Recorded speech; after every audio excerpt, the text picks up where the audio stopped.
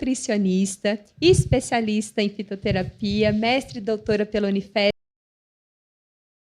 Atualmente ela é pós-doutora aqui pela essa casa e professora da nossa especialização.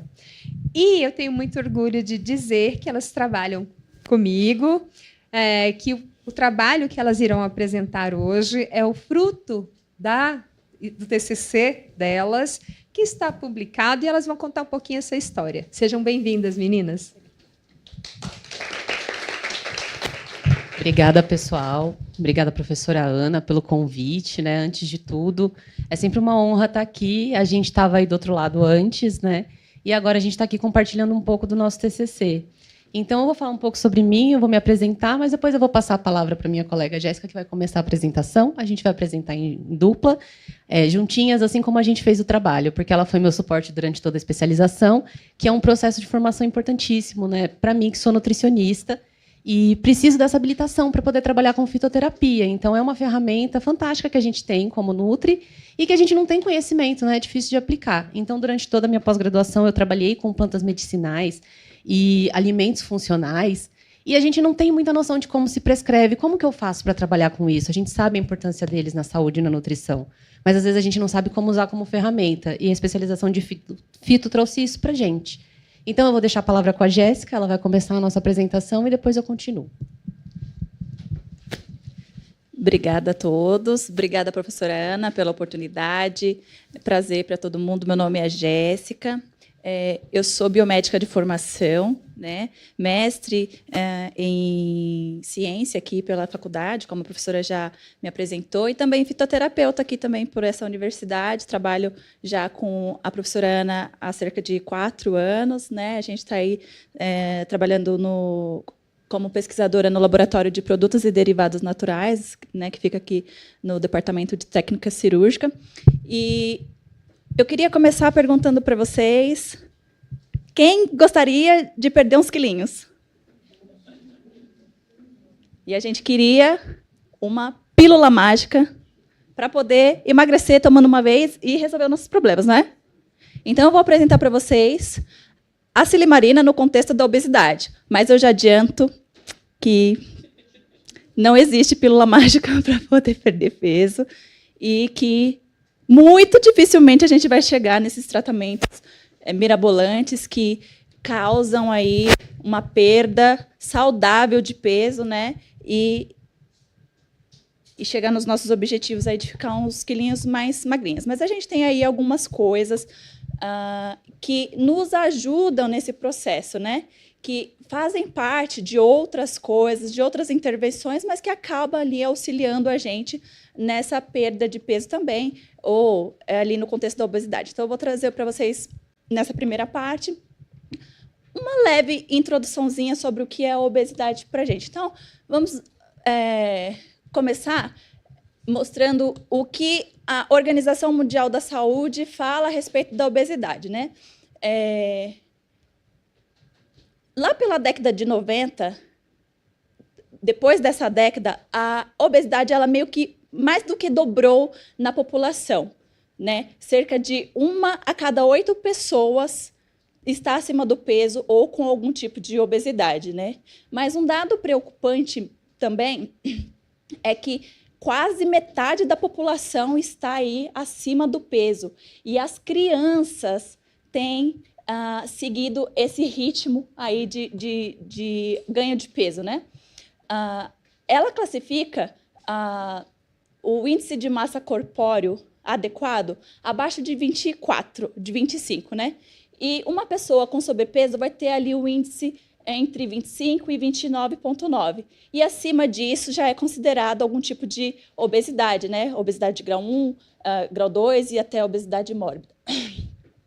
A gente tem aí também a crise global, né, da obesidade, onde a gente precisa saber reconhecer alguns tipos de problemas, né, e entender esses riscos, né. Tem os avanços científicos que todo mundo tenta, de alguma forma, resolver e solucionar esses problemas, né, porque afetam muitas pessoas, né, e a gente sabe aí que os hábitos alimentares, eles são fatores importantes nessas condições, né? O estilo de vida ativo dessa população, das pessoas, né? A acessibilidade que as pessoas comumente têm a esses alimentos. E a gente sabe também que as pessoas que costumam desenvolver obesidade, elas têm ali um alto nível de sedentarismo, né, e consumos elevados de alimentos processados. Mas não só isso, né? A gente sabe também que fatores genéticos eles podem estar associados, né, às causas de obesidade, alguns fatores ambientais aí na causa, né, dos fatores epigenéticos. E a obesidade ela vai levar a pessoa pode, né, levar a pessoa a desenvolver algumas doenças crônicas e mortalidade como consequência aí desses fatores, né? Dos mecanismos que a gente pode observar em relação à obesidade, a gente tem ali uma desregulação adipogênica, né, onde você tem os adipócitos aumentando e perdendo as suas funções naturais e tendo um grande acúmulo de gordura. Você tem uma disfunção na sinalização das vias da insulina e, consequentemente, um desenvolvimento ali de resistência insulínica. Você pode apresentar uma inflamação crônica, onde você tem uma desregulação das suas citocinas e os fatores inflamatórios. Comumente, as pessoas com obesidade ou algum ganho de peso têm desregulação da microbiota intestinal, né, ali da sua colonização bacteriana adequada, né, desenvolvendo ali um tipo de desbiose intestinal. E você também tem, como eu já mencionei, os fatores genéticos e epigenéticos, né?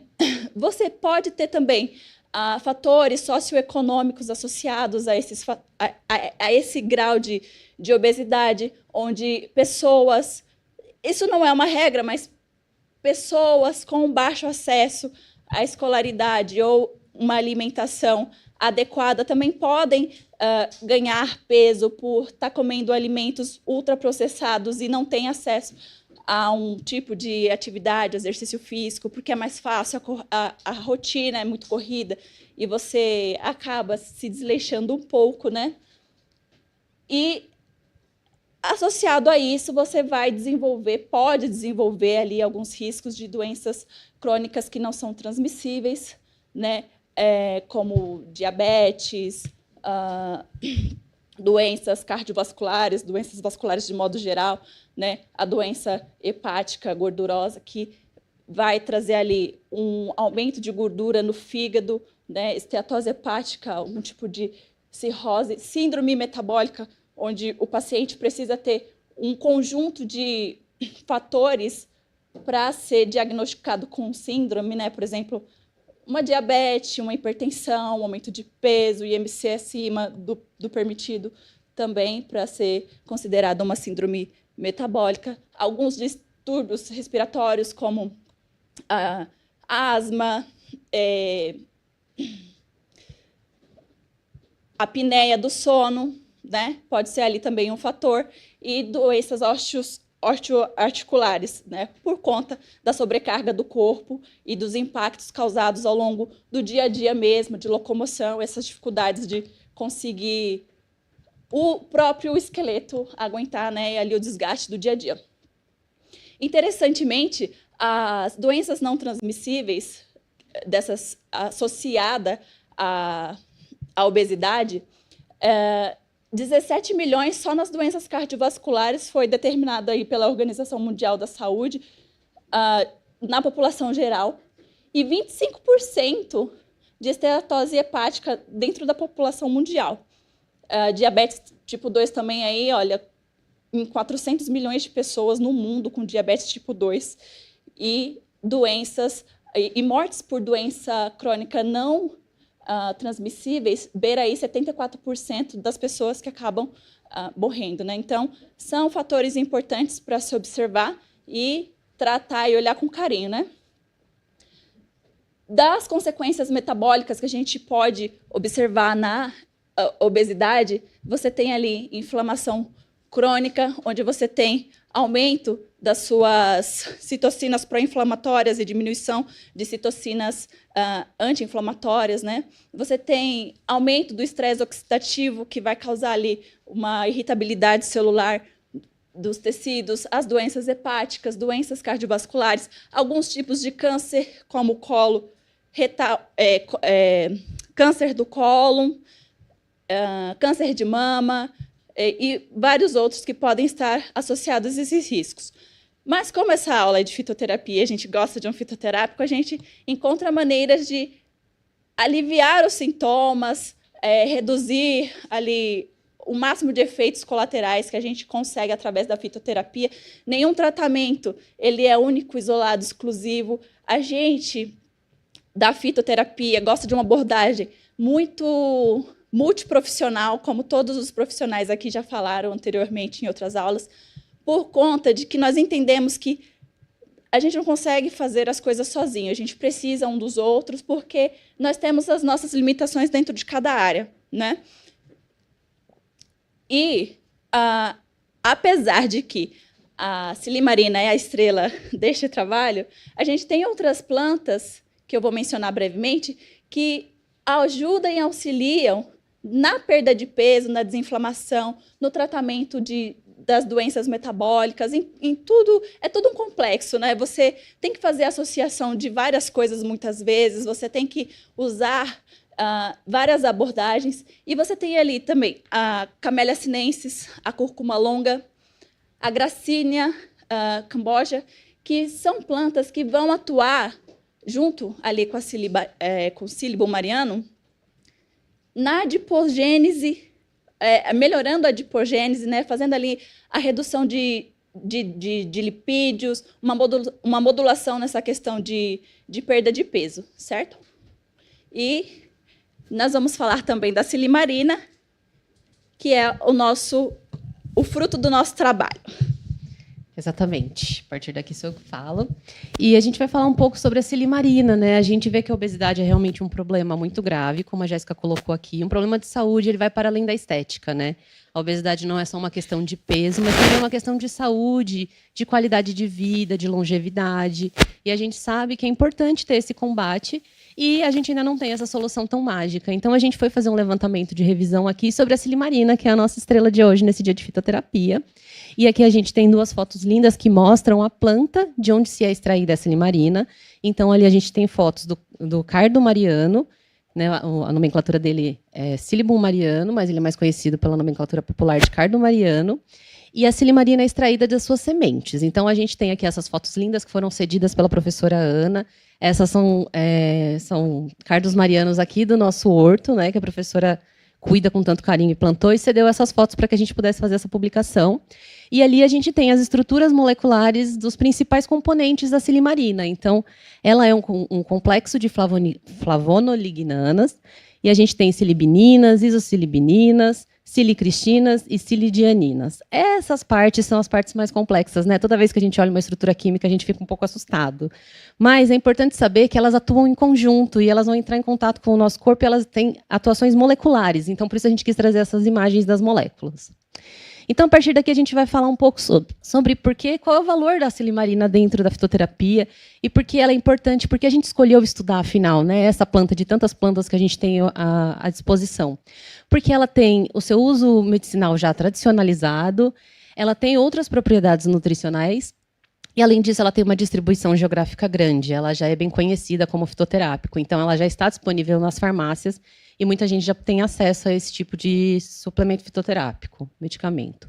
Então, quais são os seus principais benefícios pelo que ela é reconhecida, né? Ela tem essas propriedades hepatoprotetoras, que são o seu carro-chefe. Acho que quem conhece a silimarina sempre a conheceu como um hepatoprotetor, mas esses efeitos vão além. Então, a gente também sabe que ela tem propriedades cardioprotetoras, ela tem propriedades anti-inflamatórias e antioxidantes. Por quê? Porque ela trabalha com o fígado, né? O fígado é um centro nosso, ele detoxifica, então ele tem relação com produção de moléculas anti-inflamatórias, lipídios. Ele é uma grande usina, então quando você ajuda o seu fígado, você está ajudando outros fatores fisiológicos também. Além disso, né, além da silimarina, o seu extrato às vezes também contém alguns ácidos graxos insaturados que estão relacionados com a ação antimicrobiana e antifúngica desse extrato. Ela também tem o seu uso tradicional já reconhecido para outros fins, como distúrbios gastrointestinais, doenças de pele e condições inflamatórias, apesar do seu principal reconhecimento ser voltado para essa hepatoproteção. E, além de tudo, ela tem a sua facilidade de cultivo. Por que isso é importante? Porque isso me chocou quando eu entrei na especialização de fitoterapia. Muitas plantas, elas são coletadas, ou seja, ninguém plantou, é um extrativismo. Então, a gente também tem que se preocupar com a preservação dessas plantas e a disponibilidade que a gente tem delas. E o cardo mariano tem essa facilidade de cultivo, o que faz com que a gente tenha uma produção de medicamento sustentável. Essa figura é do nosso artigo, que a gente conseguiu elaborar ao longo do nosso TCC, e aqui a gente vê, né, esse panorama de como a silimarina tem diversas funções, ela tem atividades diversas sobre vários mecanismos, como inflamação, estresse oxidativo, sinalização da insulina, metabolismo de lipídios, reparação celular e a microbiota intestinal, como a professora Ana falou durante a introdução, de que esses outros componentes também têm ações prebióticas, né? Já que a gente absorve tão pouco, como ele pode ter esses efeitos tão fortes no nosso organismo? Porque ele não atua sozinho, ele está interagindo com a nossa microbiota, que também produz outros metabólitos que vão levar ao estado de saúde. Então, agora a gente vai destrinchar um pouquinho mais esses efeitos, né? Então, a gente coloca como efeitos metabólicos da silimarina, que a gente pôde levantar na literatura e que tem essa comprovação, né, em estudos in vitro, estudos pré-clínicos, ou seja, estudos em animais, em camundongos e ratos, e também em estudos em humanos, e a gente vai trazer algumas informações aqui. A gente tem alguns resultados de redução de peso corporal com o uso da silimarina, de adiposidade visceral, ou seja, um peso corporal desejado, né, baseado em adiposidade e não em perda de massa magra, modulação desse metabolismo de lipídios, o aumento da oxidação de ácidos graxos, o que pode ser, né, um motivo para perda de peso, a melhora da sensibilidade à insulina e uma regulação hormonal. Como ela é muito famosa pelo seu efeito na saúde hepática, é importante a gente entender como ela funciona junto ao fígado, né? A gente trouxe algumas informações mostrando que ela tem o efeito de reduzir a lipogênese, ou seja, a gente produz menos gordura, né? A gente vai metabolizando menos gordura, ao mesmo tempo que a gente tem um processo de oxidação maior de ácidos graxos. E isso é importante nesse processo de emagrecimento. Isso porque ela tem uma característica de melhorar a função mitocondrial, que é a nossa usina de energia da célula, né? Então, quando a mitocôndria está funcionando bem, a gente está tendo um gasto energético maior. Então, isso pode promover esse aumento de gasto de ácidos graxos, de queima de ácidos graxos, né, essa lipólise, essa oxidação deles, e isso vai diminuindo o acúmulo de gordura hepática, porque o nosso fígado ele começa a acumular, né? A esteatose hepática se baseia nisso, no excesso de lipídios que a gente não metaboliza e vão se acumulando ali no fígado, e começa a prejudicar os outros processos metabólicos desse órgão. Então, a gente pode ver que, além de ajudar o fígado, ela vai atuar em outras vias, né? Ela tem um efeito importante anti-inflamatório, ela tem um efeito antioxidante, ela regula e inibe moléculas específicas, como o NF-κB, o SIRT1, o AMPK e o AKT, que tem a ver não só com o efeito anti-inflamatório, mas também com a sensibilização da insulina, que é outro fator relevante da silimarina.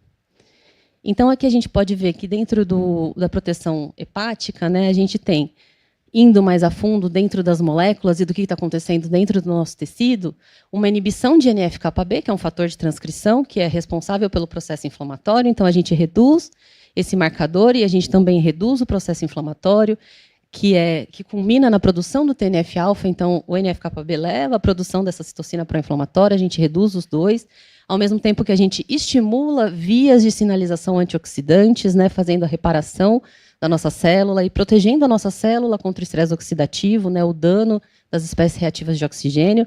Então, juntos, eles ajudam nessa contribuição, né, da homeostase metabólica. Você tem uma melhora, um fígado mais saudável, que tem esse suporte da silimarina. Ela funciona muito nessa área, né, muitos trabalhos trazem o seu efeito antidiabético ou sensibilizador da insulina, porque ela tem ação em vias específicas, né, melhorando não só a sinalização da insulina através da via do AKT, que é uma via de sinalização celular, mas também mostrando redução de marcadores clínicos mesmo. Então, não é só em estudos in vitro ou em estudos muito teóricos. A gente vê que em populações que consumiram, a gente tem realmente uma redução da glicemia, da insulina sérica, da hemoglobina glicada. Né? E isso pode acontecer devido à inibição da gliconeogênese hepática, porque o SIRT, eu já citei antes, então é uma molécula que ela interage. E a gente tem essa reparação celular. Né? Estudos in vitro mostram que o uso da silibinina, em específico, pode levar a uma regeneração parcial de células beta-pancreáticas. Né? A gente sabe que a morte delas é muito triste, a gente não consegue se recuperar.